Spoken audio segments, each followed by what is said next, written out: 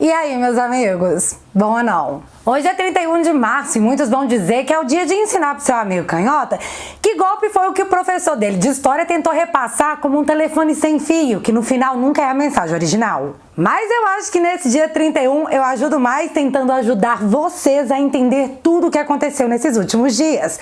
E ó, foi muita coisa. Então, eu não fiz vídeo antes porque, menino, é cada coisa que você lê que se não rolar um filtro antes, você fica igual o Dória achando que vai ser presidente, sabe? Totalmente lelé das ideias. Vamos tirar aqui de lado as fortes emoções dos últimos dias e nos apegar aos fatos.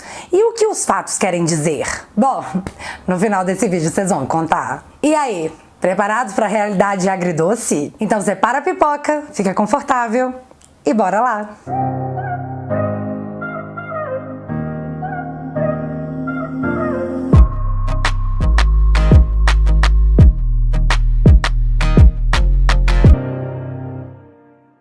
Galera, antes de tudo eu preciso te dar 3 notícias. 2 notícias boas e uma tipo... what? A primeira é que a minha livraria tá totalmente em promoção nesse 31 de março, mas assim, tô insinuando nada. E eu vou indicar de novo, porque sim, essa biografia dos tempos atuais, 1984.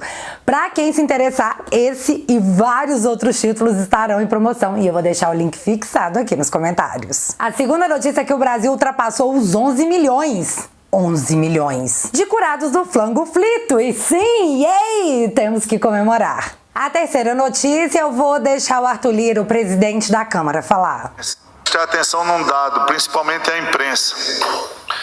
Por que o Brasil distribuiu 34 milhões de doses de vacina e nós só temos 18 milhões de doses aplicadas? Eu não acredito, não acho que seja possível que nenhum governador e nenhum prefeito não esteja vacinando. Nós estamos com um déficit aí de quase 14 milhões de vacinas. O Ministério pode entender que está havendo atraso na informação de vacinação, que prejudica também a nossa avaliação nacional de para onde há necessidade de se enviar vacinas? Então, menino, o que será que tá rolando com essas picadinhas, hein? Achei esse negócio pesado e quis contar pra vocês que o meu dever aqui é apenas com a notícia. Mas esse negócio que seu Lira pontuou me chamou a atenção para outro fato, que até o momento 1/3 dos governadores ainda não respondeu o pedido da PGR sobre as instalações de hospitais de campanha pro flango-flito. O que me remeteu a outro artigo da nossa Constituição, assim de forma super aleatória. Ninguém é obrigado a produzir provas contra si mesmo. Gente, sei lá porque foi que eu lembrei disso, eu sou meio doida, eu fico pensando coisas super aleatórias. Bom, mas eu vou começar esse vídeo falando dele, o ministro mais iluminado que o solo tupiniquense já viu, o cara que confiou no João de Deus e defendeu o seu Cesare Battisti, que disse que a Venezuela tinha um governo de direita. Sim, ele, o dono da razão e lógica, seu Barroso, que acordou hoje tendo certeza que faria o post mais lacrador das galáxias no Twitter. Nesse pensamento, seu Barroso alongou seus dedos e postou: para as novas gerações, só pode sustentar que não houve dentadura no Brasil quem nunca viu um adversário do regime que tenha sido machucado. A palavra era outra, mas eu tive que adaptar. Um professor que tenha sido caçado ou um jornalista censurado. Machucar as pessoas, cassação e censura são coisas de dentadura e não democracia. Fecha aspas. Então vocês não imaginam o tamanho da surpresa que deve ter tido seu Barroso quando os nomes de Oswaldo Eustáquio e Daniel Silveira foram parar nos assuntos mais comentados do Twitter, porque parece que seu Barroso, apesar de ser um ser iluminado, tem memória curta. Ele disse que no regime militar as pessoas eram machucadas, censuradas, caçadas. Oswaldo Eustáquio, jornalista, sim, jornalista, não blogueiro, vendo o sol nascer quadrado por meses pelo crime de opinião. Daniel Silveira, redes censuradas, preso por quase um mês pelo crime de opinião. Livros conservadores estão sendo retirados das livrarias porque os tempos de hoje, seu Barroso, são de cerceamento do pensamento. Os tempos de hoje são de ministros do STF que se apontam o dedo, acusando uns aos outros de crimes em plena sessão, para quem quiser ver. Muitos denunciam até em livros, mas nada acontece. Vivemos um tempo em que a polícia, além de prender, tá humilhando o vendedor de água, que não, seu iluminado, não tá na rua vendendo água porque ele é um rebelde do sistema e negacionista do flangoflito, mas sim porque ele precisa. Não é todo mundo que pode ficar em casa vendo Netflix e pedindo iFood, nem todo mundo tem a mãe Estado bancando um salário de 40 mil reais para se dar o privilégio de passar o dia no Twitter, pegando os achismos de sua própria bolha e tentando transformar em fato consumado. Se não existe censura numa democracia, porque as redes sociais do Alan, do Bernardo, do Oswaldo, do Daniel, da Sara e tantos outros foram desativadas no mundo. E mais, isso aconteceu sem que os advogados dos envolvidos sequer conseguissem acessar os processos. Mas é isso aí, né, iluminado? A gente tá com muito medo que uma ditadura seja instaurada no Brasil. Sim, estamos com muito medo. Mas sabe de quem eu tenho mais medo?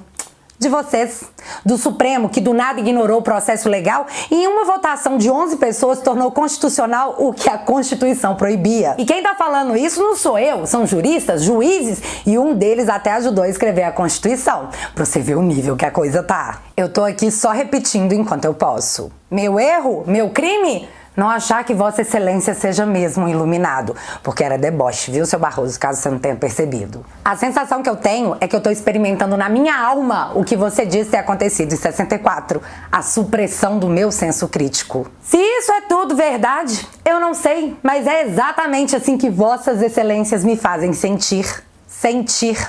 Eu ainda posso falar o que eu sinto sem que a Polícia Federal venha à minha casa levar o meu celular pra ler as mensagens de receita de bolo que eu troco com a minha mãe? Ou os vídeos da população sendo humilhada por estar vendendo picolé na rua que meu primo me mandou? Ou o vídeo que a minha irmã me mandou do cadeirante que teve as suas capas para celular que ele estava tentando vender apreendidas? Se o senhor relata uma sensação de medo do Estado em 1964, seu Barroso, escuta o que eu tô dizendo. É exatamente o que nós estamos vivendo hoje. Sai da sua bolha que Vossa Magnânima Excelência vai conseguir entender. Pode confiar. Então, eu não tenho o telefone do seu iluminado para falar essas coisas para ele, coisa que eu gostaria muito, aliás. E, seu Barroso, se o senhor quiser falar com o contraditório aqui, saiba que as portas desse canal estão abertas para a vossa magnitude. Tenho muitas perguntas a te fazer. Já fica aí o convite. Beleza? Desabafo feito pós-post lacrador. Vamos à cronologia dos acontecimentos? Sim. Vamos começar pelo início. Após algumas reuniões dessa galera que jura de pé junto que te representa, os caras voltaram com um único objetivo na vida: derrubar o Ernesto Araújo. E sabe quais são as alegações? Ele não é um bom chanceler, ele não tá ajudando na nossa comunicação externa, não tá ajudando a trazer as picadinhas. Foi exatamente isso que nossos queridos parlamentares disseram pra você. Mas Ernesto, pensa num homem com culhão, cara. Bateu a mão na mesa e em seu Twitter contou pra todo mundo que a senadora que roubava pastas, dona Cátia Abreu, teria chegado nele e dito que se ele ajudasse com a implementação dos 5 gafanhotos, pega só a primeira letra de gafanhoto, porque eu não posso falar aqui que a gente tá numa democracia e a gente é livre pra não dizer algo tão simples. Pois é. Se ele ajudasse com os 5 gafanhotos, ele seria o rei do Senado. Pera lá, fia. Quer dizer que não interessa nada se ele é um péssimo chanceler. Se ele ajudar com 5 gafanhotos, tá tudo certo e ele vira rei? Esse é o critério de qualidade do Senado? Tempos sombrios. Seguindo a linha dos 5 gafanhotos, o filho da senadora Cátia Abreu, seu Irajá Abreu, foi o autor da proposta que facilita a compra de até 25% de terras do Brasil para estrangeiros. E o relator dessa proposta, que foi aprovada no Senado, foi o nosso atual presidente do Senado, seu Rodrigo Pacheco, que por sinal fez uma defesa muito forte de dona Cátia Abreu na internet, quando o Ernesto jogou o Dória todo no ventilador. Só um adendo aqui na história. O seu Rodrigo Pacheco está sendo muito cobrado a pautar o impeachment de Alexandre de Moraes, já que o abaixo-assinado contou com quase 3 milhões de assinaturas, algo inédito no Brasil. Como um bom representante do povo, que ouve tudo que o povo pede, ele foi lá e trancou todas as suas redes sociais. Ninguém mais pode segui-lo nem ver o que ele anda postando. O presidente de uma das casas do povo bloqueando o povo. Mas ufa! Ainda bem que a gente tá numa democracia. Já pensou se fosse uma dentadura? Continuando. Enquanto tudo isso acontecia no dia 29 de março, seu Lula tava dando entrevista para uma rede de TV, sabe de onde? Na TV do povo flangoflitense. E após tudo isso acontecer, sabe o que os jornalistas da Revista Oeste descobriram? que o povo do flango frito injetou 300 mil Bidens, 1.300.000 bonoros em sindicatos brasileiros. Um dia o Lula tá dando entrevista pra China, no outro eles dão dinheiro pros sindicatos no Brasil. E quem é mesmo que vai pra rua botar fogo em pneu? As tias do Zap? Não, meu amigo, o povo do sindicato. Beijo, escute.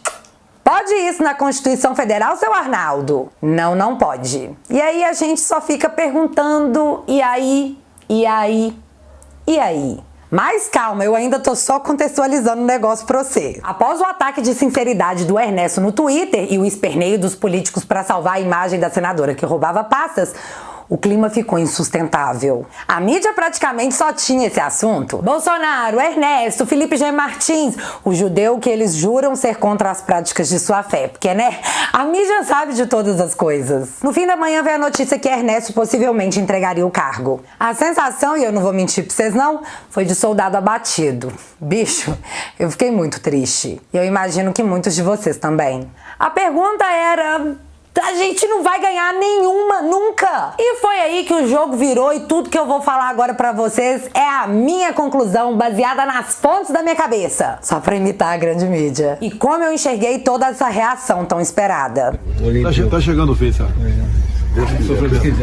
Chama os homens, meu filho. Bora negociar. E foi o que rolou, meu filho. E não foram negociações de malas de dinheiro como era comum nos governos passados. Vamos reorganizar a casa? Uma reforma ministerial. Vai tirar o Ernesto? Então vamos promover essas mudanças aqui pra gente chegar no entendimento comum.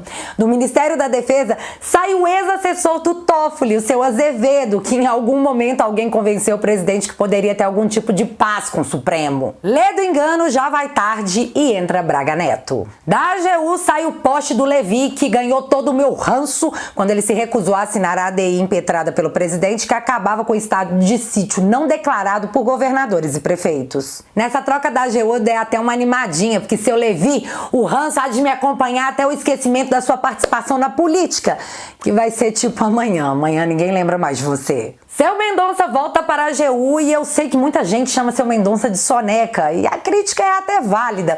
Mas eu não sei explicar pra vocês, eu vou com a cara dele, eu acho que o cara é do bem e fez um mega trabalho à frente da Polícia Federal, causando um rombo de bilhões às orcrins espalhadas por esse Brasil de meu Deus. Já na Casa Civil entra o Ramos. No Ministério das Relações Exteriores entra Carlos Alberto Franco França. No Ministério da Justiça, o delegado da Polícia Federal, Anderson Gustavo Torres. Eu gostei, menino, bati palmo. Meu filho, eu tô com sérias expectativas em cima do senhor, viu? Só que aí veio a informação que na Secretaria de Governo entraria Flávia Arruda. Flávia Arruda, a mulher de Centrão que votou contra a liberdade do Daniel. Essa Flávia Arruda, dona de um pedaço do ranço no meu coração. Sim. Essa Flávia Arruda. Então, meu filho, eu falei pra você que seria agridoce, mas foi apenas ontem que eu entendi o que foi que rolou de fato e calma!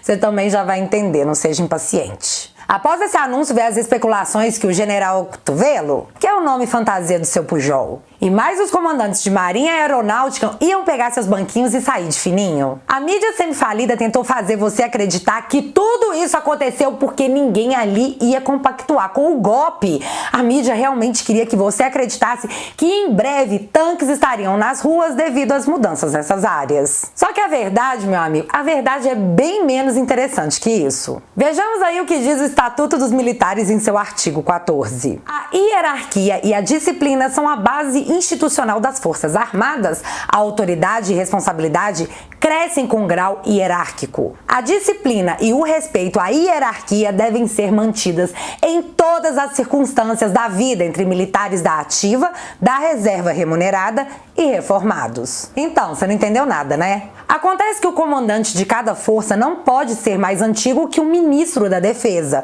E com a chegada do Braga Neto, não teve jeito, os 3 militares, tiveram que sair fora. Ah, Bárbara, mas esse negócio é estranho. E se o ministro da Defesa fosse um civil? Aí não vale pra ele, meu filho, porque ele não é militar, ele é civil. Coisas diferentes. Isso ficou claro? Vamos levantar a cabeça aí e superar isso? Tanto nada demais aconteceu com essas mudanças que o próprio seu Pacheco se pronunciou dizendo que não vai se permitir fazer nenhuma especulação e que isso aí é algo que tem que ser resolvido entre eles, do Ministério da Defesa. Além, claro, de ser uma atribuição do presidente. Após chamarmos o VAR, seguiu o jogo. Mas os caras estão tão borrados de medo, povo, que eles convocaram o Braga Neto para dar explicações lá no Senado. Tão tudo assim, meu filho, é terremoto, é terremoto! Eu vou rir.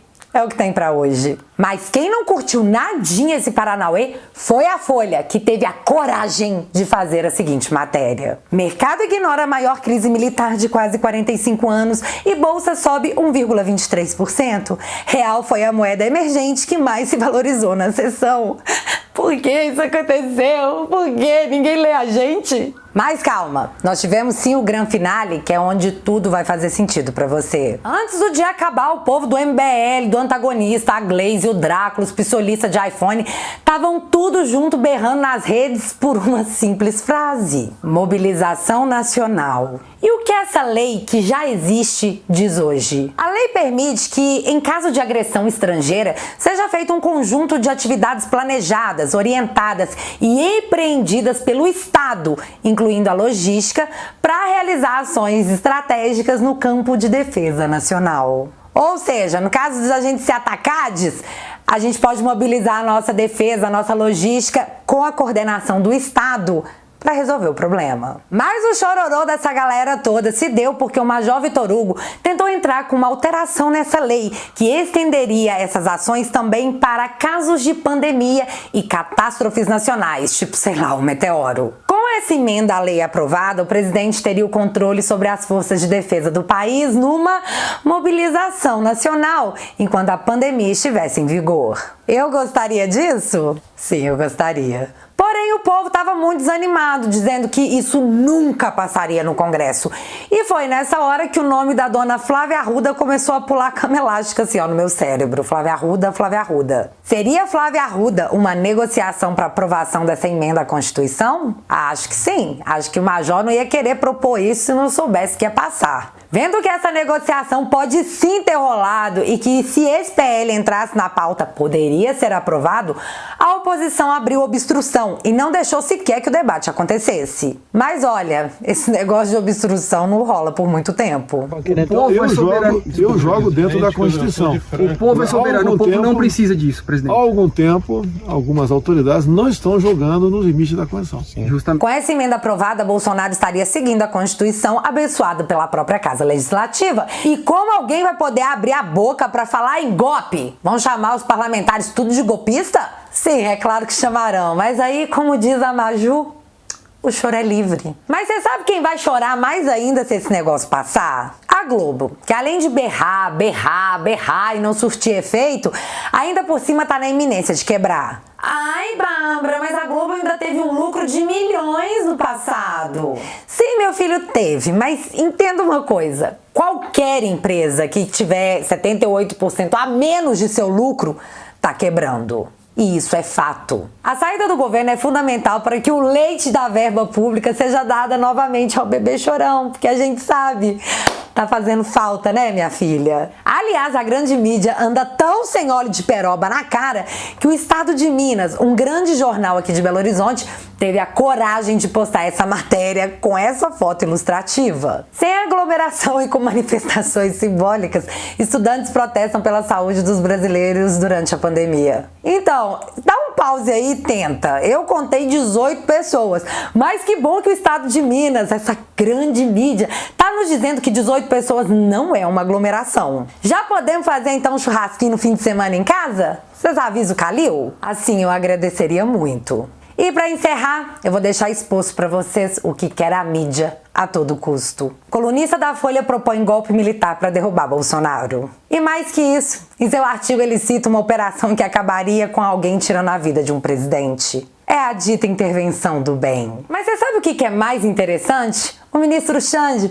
meu amigo pra vida toda, não viu nada de ato antidemocrático nisso aí. Fez a egípcia, bateu o cabelo. Não, pera, é o Xande, né? Meu Deus, que gafe. E saiu andando num salto 15 sem tremer a panturrilha. Porque sim, meus amigos, nossa democracia segue plena e todos seguem regidos pelo Estado Democrático de Direito. Menos o carinha que precisava vender água. Ele não, ele é muito ilícito. E aí, você acha que foi isso mesmo que rolou? A dona Flávia pela aprovação do projeto de lei que dará ao presidente o controle da defesa em tempos de flango-flito? Acha que vai ser aprovado? E você? Você aprovou? Me conta aqui nos comentários que eu quero saber. Se você ainda não é inscrito aqui no meu canal, meu amigo, se inscreve e deixa seu like, porque você já sabe, acontecendo alguma coisa de relevante ou irrelevante, a gente volta. Beijos, galera. Fui!